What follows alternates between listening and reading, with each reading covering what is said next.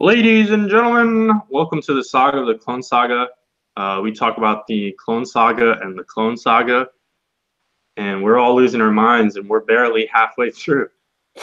Yeah. My name is Vincent, or at least I believe it is. And who's with me today? I'm Billy. I'm Matt. And I'm Mike, and you guys are recently on vacation. Yeah, bro. Welcome back. Thanks. Our sponsor today, Netflix, they wanted to reach out. They want us to promote Lost in Space, the new reboot on Netflix. Go watch it now. So today we're talking about the arc Return of Kaine. But first we have two one-shots which are not related at all. Nope. So first we have Spider-Man Unlimited number 11.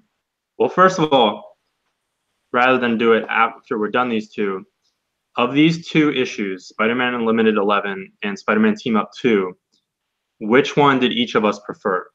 I definitely preferred Team Up. I preferred Unlimited. Unlimited. Man, this is hard. This is like choosing which one of my children I love the best if my children were like actual demons. I hate both of these. I hate them both equally. Not good. Okay, so Spider-Man Unlimited 11, the creative team, well, first of all, the cover, this is Ben Reilly's hanging out with Black Cat, who he met, but he was still in the Scarlet Spider costume, I believe. She met him when he was in jail, too. Yeah, which sort of comes up. Well, it doesn't come up, but we're going to bring it up. So creative team here is Fabian Nicieza and Dave Hoover. We've seen both of them. Nicieza was on literally the last episode, focusing on the Parkers. And Dave Hoover, I think he was like a fill-in on that Venom miniseries. And he has a pretty cartoony style. So the story here is Ben used to tutor some rich kid while he was in Vermont during the Lost years, which they bold Lost years every time to remind us that it's a miniseries. And the mother of that kid has been robbed and killed, and the suspect has silver hair. So of course Ben is jumping to conclusions, and despite the fact that I clearly knew this was Black Cat and it's Black Cat on the cover and she has silver hair, for like a half second I was like, what is Silver Sable doing? Yep. I did the same thing. And Black Cat in fact was caught on camera at the scene of the crime, which we learned from a detective named Marcy feeding Ken Ellis info in a bar called Fabian's, which again, like the artists do that, but like, unless you're like 100 issues into your run, you don't have to do that often. But then there's this scene where Ken Ellis like wakes up in the bathroom, and it comes up later, but in this initial sequence, it doesn't make any sense. Even when you look at it retrospectively, knowing the explanation for it, whatever. You know, it's impossible to follow. And Hardy has gone straight and is a PI, which I think happened in a miniseries, which we mentioned a while ago. There's a Tanya Harding reference, which I don't think even makes sense in context. This is 95, right? Yeah, but it says a Tanya Harding concert. Yeah, after the whole Nancy Kerrigan trying to beat her leg out deal, her career tumbled, and I think she tried to be a singer for a while. That failed miserably. Ooh, I did not know that. I wonder if the it's sex tape comes a few years later. I wonder if it's in the Oscar-nominated film I, Tonya. Our friend Tina would know. So Tina should guest on the Clone Saga. She would have a great time. So then Ben goes to the wake of this woman, and I swear to God, in this church sequence, Robbie is colored like a white person. There's one issue later where Jonah's colored then looks like he was black. Maybe they got them mixed up, because then they're normal later, whatever. I think within the same issue. And then we get this plot point where everyone's neck is hurting and they think they've been stung by a bee while sleeping. To like 4 people. In the middle of December. And those December night bees that just come and sting you in your sleep. Yeah, those damn December night bees. then Ben meets up with Ken Ellis, and Ken apparently he makes it a pattern to just constantly print front page mock-ups for stories that he's trying to scare people with. Because he did this before with MJ, trying to show that he figured out that Peter was Spider-Man. At this point, I like to imagine that Ken Ellis just has erectile dysfunction, and this is the only way he can get himself hard. So then Ben tracks down Black Cat, who sets off his spider sense, because I guess they don't know each other, so he doesn't exactly have that relationship with her. And then for like the rest of the issue, he's just horny all the time and makes all these terrible, cringy comments about how hot Black Cat is in her black vinyl costume against the rays of the sun. It's honestly, it's gross. It's not good. It's so weird because, like, obviously Black Cat and Spider-Man have a history, and they were flirty at that time. But that was the 80s, which, I mean, 80s to 90s, I would say there's even some improvement, like, publicly. But the writing here, like, this, it was not like this in the 80s, and this is really bad.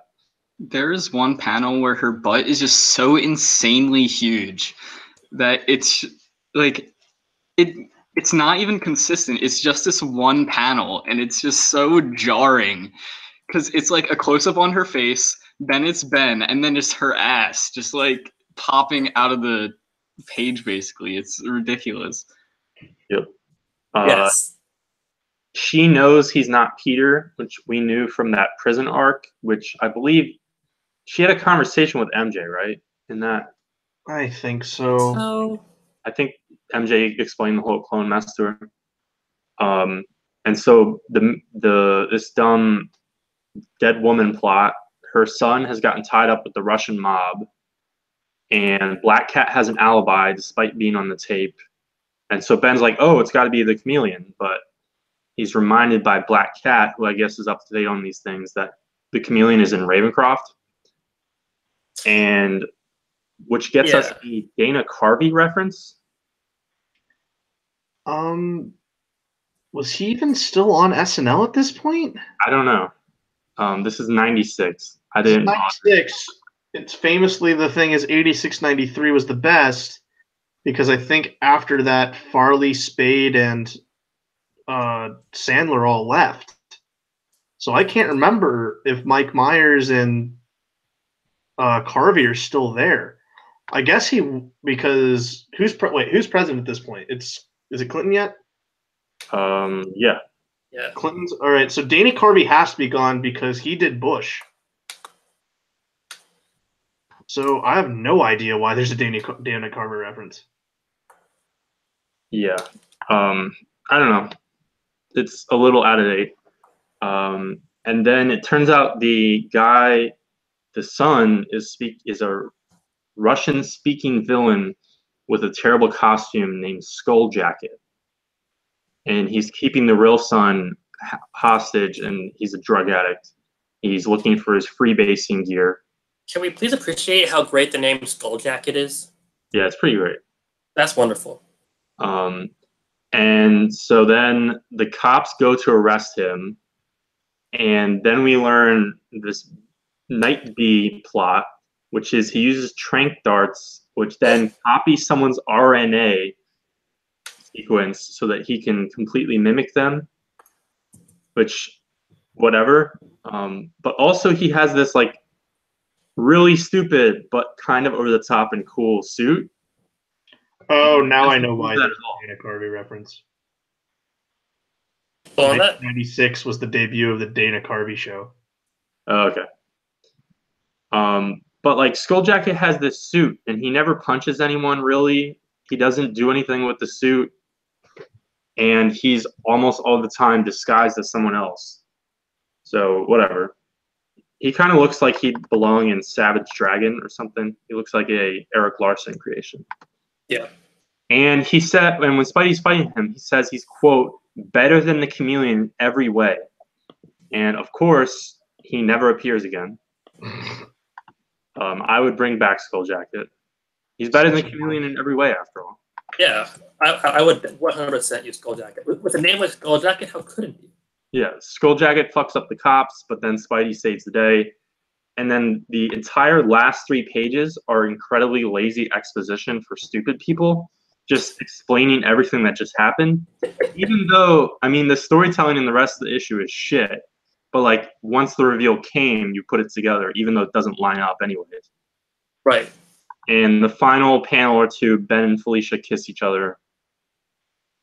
So maybe that could be a thing. Didn't work out God, with I Peter, hope not. but she could hook up with his blonde clone. So what did you guys think of that issue overall? It's like a bad Law and Order episode.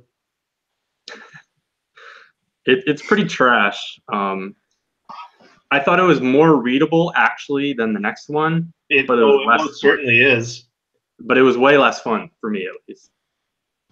I mean, I guess I can agree with that. I don't care about Black Cat that much, and she's this dumb plot, whatever.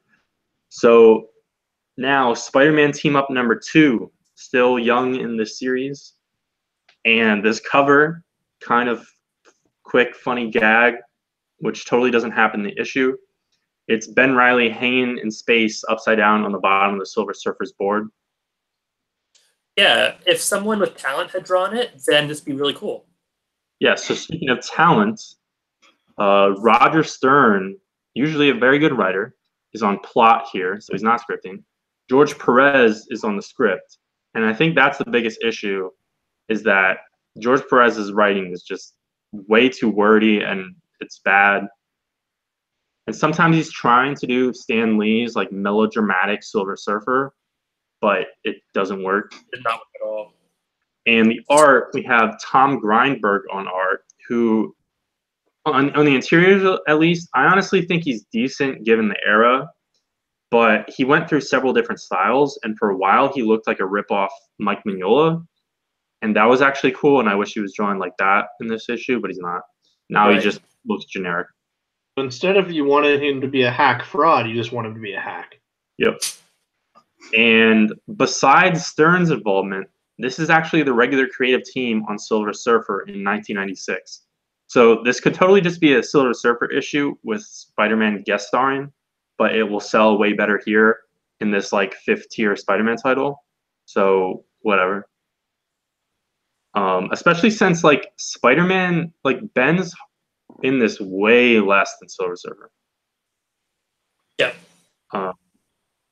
And so I think there are actually some cool concepts here. Perez just doesn't put them together well at all. I can kind of agree with that. Like, you know, I actually kind of really like this opening scene. Yeah, the opening is amazing. All right. Whatever. Silver Surfer comes across a colony of the Krallian Skulls, who are basically Skrulls that are really obsessed with like 30s gangster movies. So they model them, they always are in that mode, and they model themselves culturally and everything, and the way they speak after like 1920s and 30s gangsters and PIs and stuff. And like, why? But why? They're Skrulls who were on Earth, and then they found some gangster movies, and they really liked them. So how does this tie into Secret Invasion? I don't know. I'm not sure if the Krallians show up in Secret Invasion. I don't remember. They have they have a space plane. Yes. Yeah. Yes. The story starts with Silver Surfer fighting a biplane in space. That should be awesome, except it doesn't look that cool and the writing's terrible, so ultimately it doesn't work. But it should be really cool. No, there's no world where it's cool. It's always stupid. It's a biplane in space. No, that's cool. And the biplane flies into a space zeppelin. Yes. The Casino Zeppelin, and then we get introduced to the leader of this group of Krallians, Floyd Donahue, who the art doesn't really sell it in this issue. It was better in his last appearance, but he has modeled himself after Humphrey Bogart's character in Casablanca. And so Roger Stern created this offshoot of the Krallians in the 1985 Skrulls Civil War arc, which was an annual crossover between Avengers and Fantastic Four. That sounds terrible. I need to read it. It's pretty awesome. And so then we have to go back to Earth, sadly, and we never see these Krallians again, which is in this issue, which is very disappointing. And then there's this encounter where Spidey runs into this detective. I think his name's Snyder. And Snyder's like, oh, he didn't recognize me. And Spidey's like, oh, shit, I didn't recognize him. And I'm like, I don't recognize him either. I don't know who this is. I don't think he definitely doesn't have a wiki page. So I don't know what this was supposed to be a reference to. Yeah, I have no idea. It might have. I'm thinking maybe because Roger Stern is on plot, maybe it's like this super obscure one-off character in his run. But that's so long ago, and there's no editorial reference here. Whatever. And then the Mad Thinker is the villain here. At least we think. He reverse engineered a spider tracer for some reason, which then he uses to freak out Ben's spider sense. And his transmitter that he's doing this with are fake pigeons. So another cool moment, Spider-Man throws bricks at pigeons. Again, like, I've never seen anybody reverse engineer a spider tracer before. And I think that is an interesting idea if it was executed well. It's not. I want to add that he destroys another chimney. Yeah. Yes. Yep. And then, so Spider-Man, as his spider sense is freaking out, he gets grabbed by an android. And his mask is about to be torn off by the Mad Thinker. And I thought, what I was expecting was a joke where the Mad Thinker takes his mask off and he's like, I don't recognize you, I don't care. Either because he just wouldn't know who Peter Parker is or because of the whole blonde hair. You could go either direction. Mm-hmm. But no, the big twist is that that's not the Mad Thinker, it's a robot. And the other robot, the android, has free will and destroys the Mad Thinker robot and has a mission for Spidey. Okay, but when he destroys the Mad Thinker robot, it makes the Mad Thinker have like a brain aneurysm, and he like starts bleeding from the nose and foaming at the mouth. So I think he's like dead or no, something, but kind of glossed over that. No, the one foaming at the mouth is the actual Mad Thinker, and that's showing where he currently is. Yeah, no, I'm saying the real Mad Thinker is fucking like dying right now, and they gloss over it. Yeah, they're just showing that he's in prison and is like neutralized or crazy or whatever. But those three pages, I was like, what the fuck is happening? And so Spidey goes on behalf of this android to set an ambush for the Silver Surfer, and they fight each other for a bit, and then they get teleported somewhere, and they're out in space again, hanging out with Quasimodo, who we get like 2 pages of recap explaining his origin from Fantastic Four Annual number 5. Yeah. Then like half a page referencing a Nebula arc in Roger Stern's Avengers. We also get reference to some Thanos stories without footnotes. So the plot here is that Quasimodo wants to steal Surfer's body for himself. And then Spidey, while he's trying to figure out what the fuck to do on this spaceship, he gives us a Lost in Space reference, which again is on Netflix now. Go watch it. He asks, what would Will Robinson do? And then Surfer is like, come on, Spidey, you fought Thanos enough times to know better. Like being in space or whatever. And Ben is like, what the fuck was Peter doing those 5 years? And again, it's like every time they say something like that is a meta commentary because all these writers are like, why the fuck did we publish all those stupid stories of cosmic Spider-Man? And then we get like 5 pages of action, which if you actually look at it, which you really shouldn't, it's literally just Silver Surfer and Spider-Man smashing TVs because Quasimodo's like jumping from screen to screen. And then Mike probably appreciated that Spidey suggested that he and Silver Surfer should be a tag team wrestling duo. I didn't even make it that far. I started skimming by the point they met Quasimodo. And also, that's not a good tag team. It would be pretty strong. I mean, obviously one of them is way stronger. But Spidey has wrestling. And who's the Genetti of that tag team when the inevitable breakup occurs? Yep. I don't know. So Spidey has who's the Genetti and who's the Sean? Spidey has some wrestling background. Still not And answering then the question. it all gets cleaned up when Thanos shows up and just like kills Quasimodo, I guess. So now they both owe him their lives, and he transports them back to Earth. But conveniently, they show up in a cemetery at the grave of Alvin Harper, who is this character with one appearance. It's it's an important story for the Silver Surfer, but it's all the way back at Silver Surfer number 5 from Stan Lee in 1969. And What? I don't know why Thanos put them there. I think it was just coincidence because Thanos definitely doesn't know about this. Or I don't think so. I'm not sure.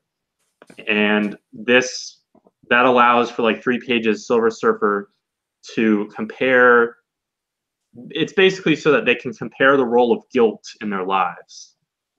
So it's like power and responsibility. Yeah, I did not read Silver Surfer number 5 from 1969. I also did not read these 2 pages covered in text because I'm not going to bother with that. So I really had no idea what was going on in this scene. Yeah. It's so weird. This issue has like 10 footnotes to all kinds of different stories from like every decade. And like, I was really, really excited when I saw the Krallian scrolls. And I've mentioned them off air a few times relatively recently. Whenever anyone brings up scrolls, that's all I bring up is either the cow scrolls or the Krallian scrolls, Yeah. the gangster scrolls. And they're in this for not long enough. It should have been an entire story. Okay, and Thanos says that he's gonna collect the debt that they owe him, like in their lives, but I feel like that's not gonna happen. Like, I feel like no one ever follows up on that. Well, he'll definitely run into Silver Surfer over and over again, but I'm not sure when the next time Spider-Man runs into Thanos is. I'm pretty sure not on this podcast. I hope so. Yeah. So now let's move into what we're really here for: the return of Kaine. Are you guys excited to see Kaine back? Yes. No. I mean, Yes, because things will happen again. But I was kind of I mean, granted, if things were not happening, then the Clone Saga would sort of be over and we wouldn't be doing this. But also, I was like, all right, how many episodes are we going to have where it's just normal? And in fact, Ben, he's like, at one point in this story, he says, I thought all this clone craziness was over. And I was like, me too. I thought we had a few episodes, but we're right back into it. When are we gonna get skinny Kaine? A That's year and a half from now. way up. So, first issue, Spectacular Spider-Man 231. Todd DeZago, Sabu Shema, Al Milgram inking him at this point. So Kaine is awoken and he's attacked by some thugs. And then we get our character introduction of the month. Shannon Fitzpatrick, aka Muse, who has a bad Irish accent. And who Terrible. built the track? She's cute. It doesn't matter. is she though? What is she? What is that purple thing she's wearing? I don't. Her accent's terrible. It's called fashion. Look it up, man. Okay. She has red hair in this issue, and then for a while she has brown hair, and then she goes back to red hair. I don't know what was going on. Then we get back to Ben, who is warming up to his new supporting cast at the Daily Grind coffee shop. We have the fashion student Desiree, the conspiracy theorist Buzz, his boss Shirley and her son Devin, and his new potential girlfriend Jessica.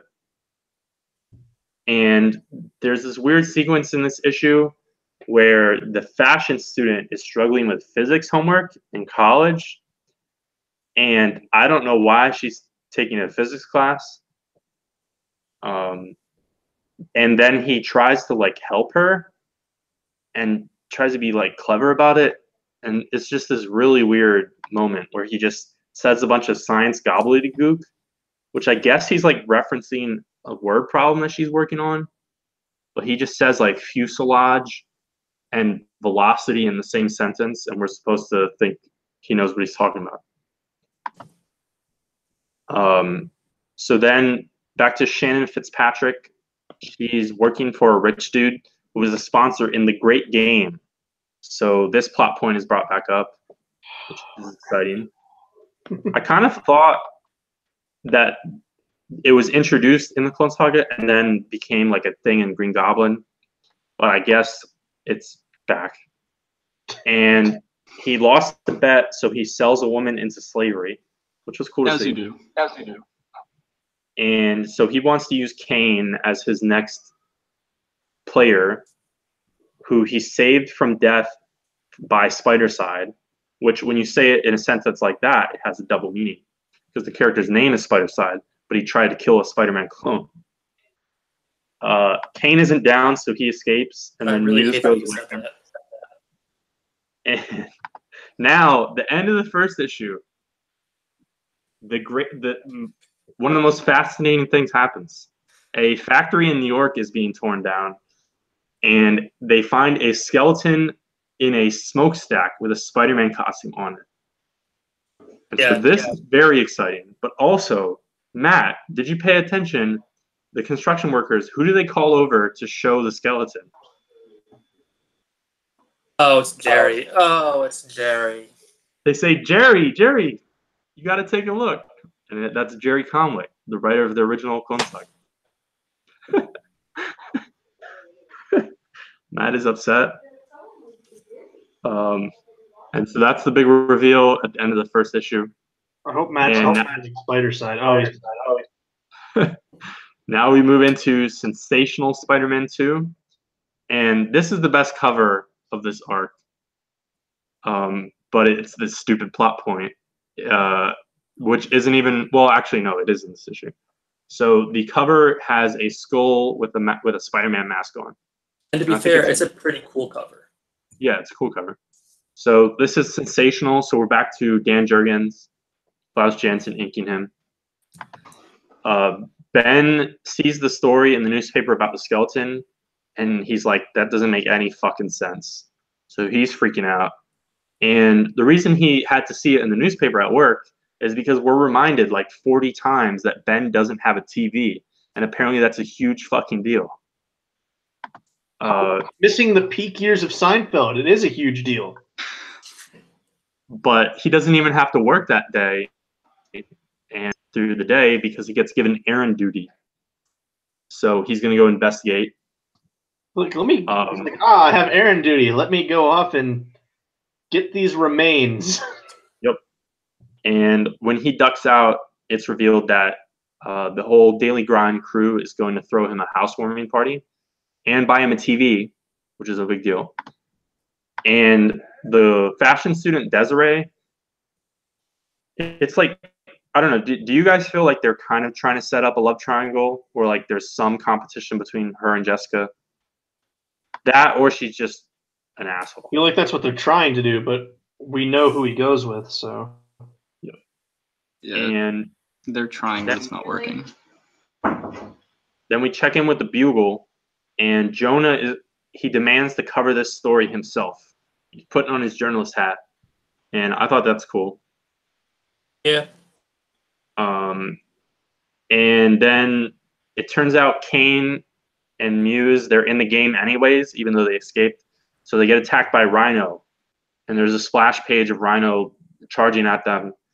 And Jurgens' art is like different on this one splash page. It's like scratchier. It almost looks more like Romita, which I thought was odd. I think this image of the Rhino is literally traced from Amazing Spider-Man 41. That could be possible. And I don't, is that dumb or is that kind of cool? Especially if it's literally traced, that's bad. But I mean, it looks identical. Yeah, and he draws Chunky Rhino, which is weird because the next issue is drawn by Mark Bagley, who draws Rhino entirely differently. I like him a lot better in this issue. Yeah. And so Ben's plan to investigate this skeleton is to steal the body from the morgue. And he runs right into Jonah on his way out, who was going to check the body, and then jumps right in the middle of Rhino and Kaine, which and then a building falls on him. And I was expecting like, oh, are we going to get Spider-Man lifting a huge big piece of rubble or machinery? And we just didn't. He kind of just like pops out. Yep. And so then he ends up showing up late to his own party. But Jessica's still there. They got him his TV, and they kiss. But after she makes a terrible joke about skeletons in his closet. No, it's amazing because skeleton's in his closet and he just stole a skeleton. It's the peak of comedy. That's not comedy. I love how Ben doesn't zip up the bag the whole way. Yeah, So that he's is just peeking out the entire time. Yeah, where is he keeping it? Is it like between like the party walls of the buildings? I don't know. No, think it's literally in his closet. Well, he takes it in later, but like you can see like the moon or something. It's really initially.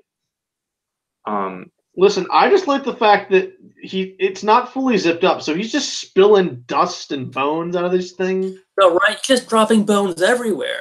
And like I have to imagine this because they're like, look, we have to have him have the bag open, or the readers might forget what he's carrying.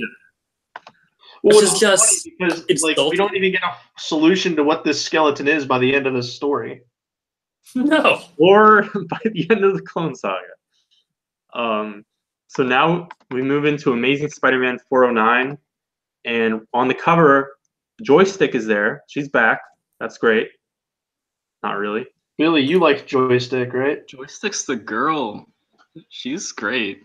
I mentioned Bagley's behind it, written by Tom DeFalco, and Pete's just like, oh, I'll mess with the skeleton later. And I'll desecrate these remains later. Yeah, like the overall plot point of it existing comes up later in the story, but the skeleton just disappears for the next issue, like almost 2 full issues. And all the great game sponsors, now that they know that Spidey's getting in the middle of all this, they rope him into all their bets. And yeah, and then we get a nice bugle scene where Jonah's like, we report facts, not the truth, which is an interesting way to look at things.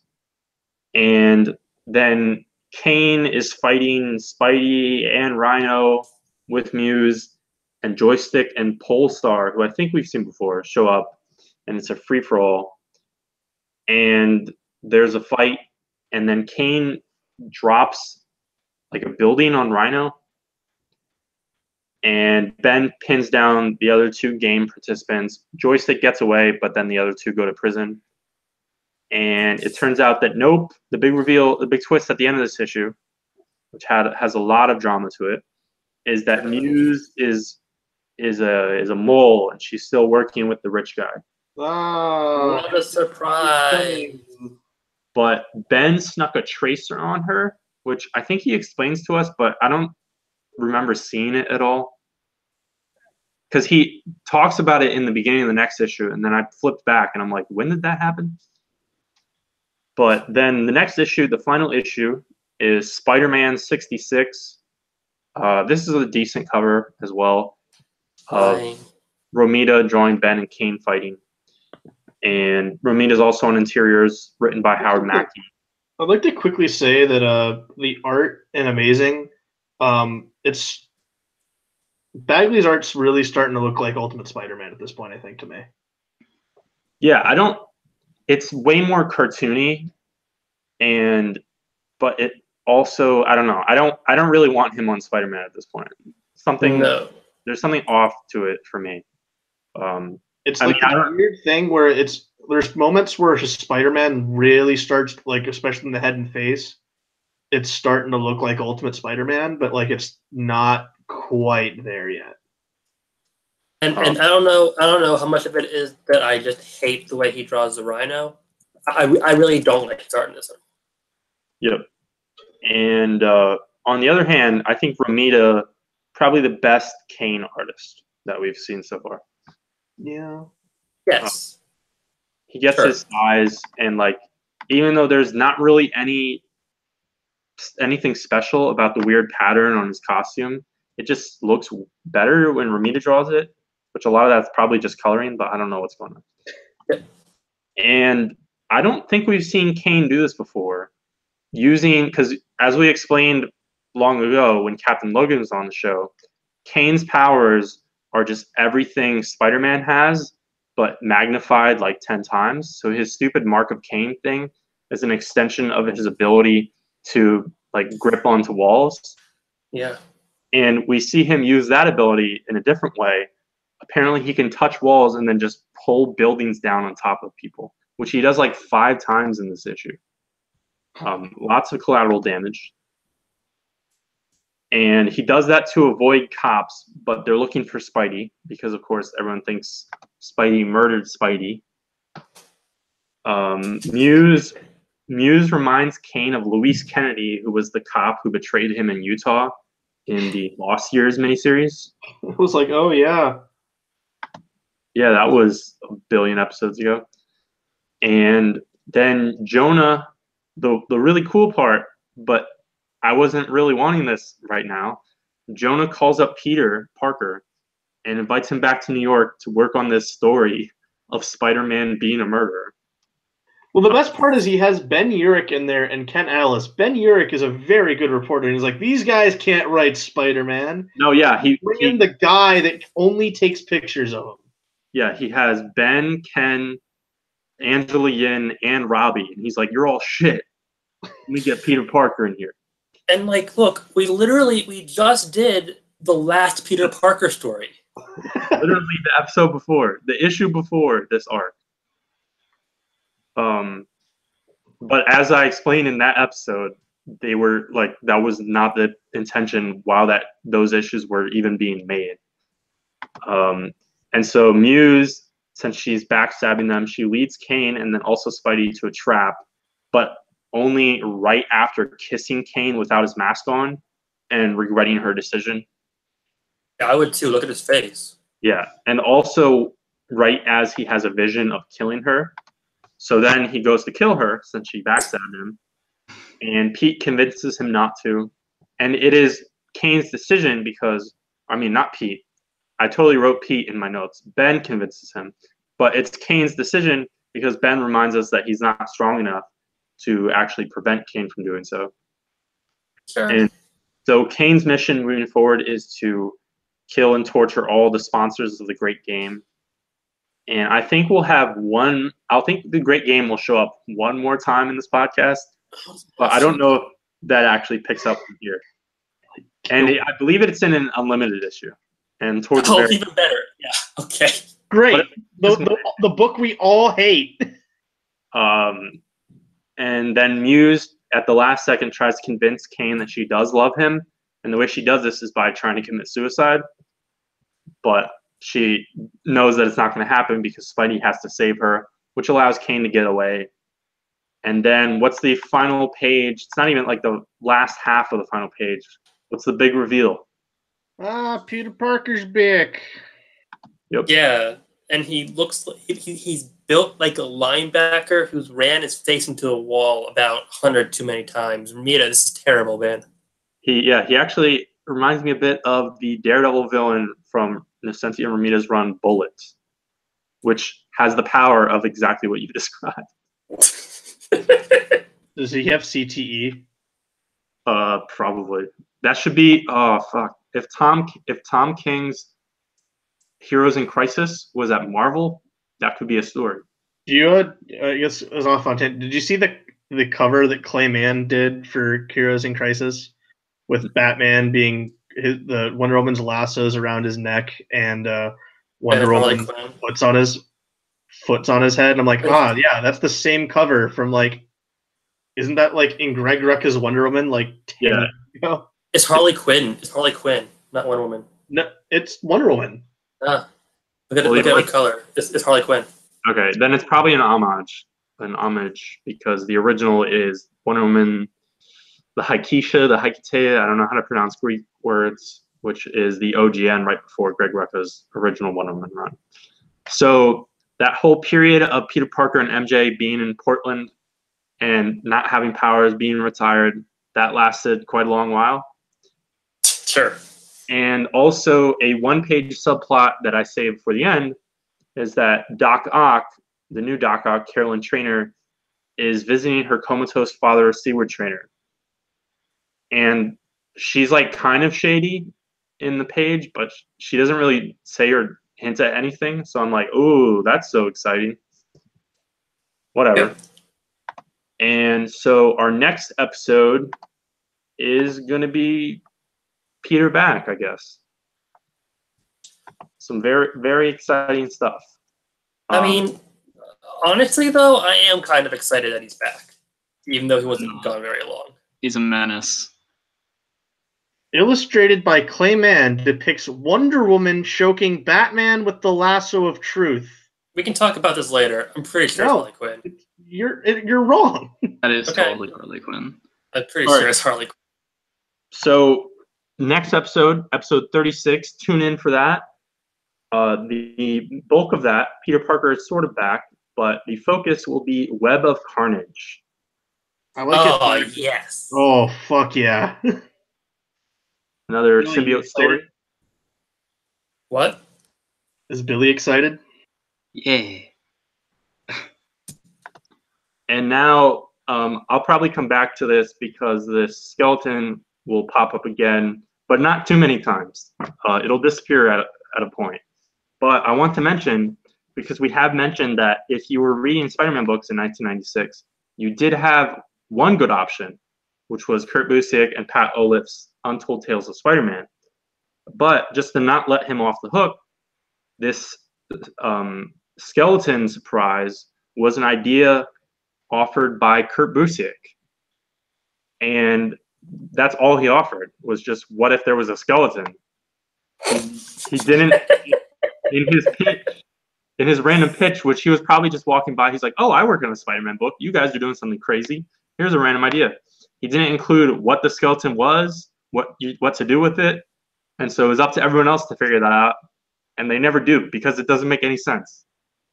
And so tune in for the greatest mystery possibly of the Clone Saga so far. Oh, I sure can't wait. I can't wait. Thanks for watching The Return of Kaine, and tune in next time. Peace. I liked it better when you're doing fresh start reviews.